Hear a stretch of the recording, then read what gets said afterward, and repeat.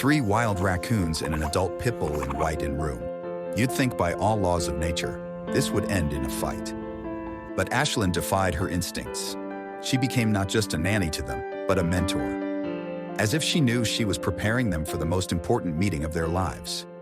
It all started with a pitiful squeak in the tall grass. The humans didn't rush to intervene. They dutifully waited several hours for the mother to return. But the forest remained silent.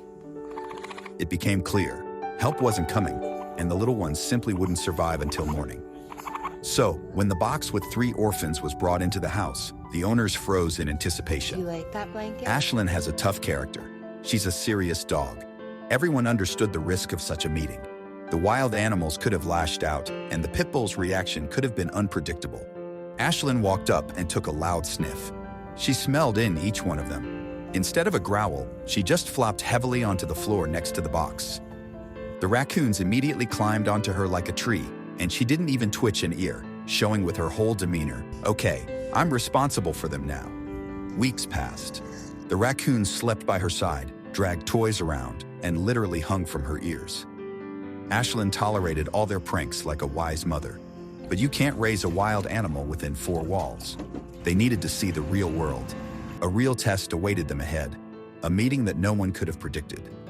When they were taken out into the forest for the first time, everyone expected chaos.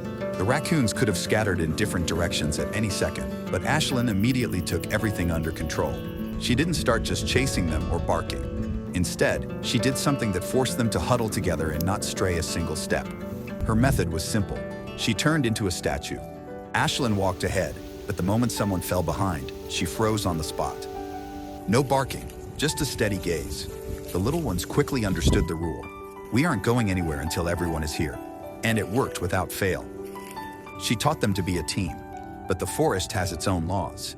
At some point, the raccoons just stopped listening. They sensed something the dog couldn't detect. This trail led to nothing dangerous, but to something very familiar, something they seemed to have lower forever. Ashlyn surged forward, muscles like stone, ready to protect her own. But there was no one to attack. Peeking from the thicket were exact copies of her charges. At that moment, only one question arose. How is this even possible? Everything fell into place.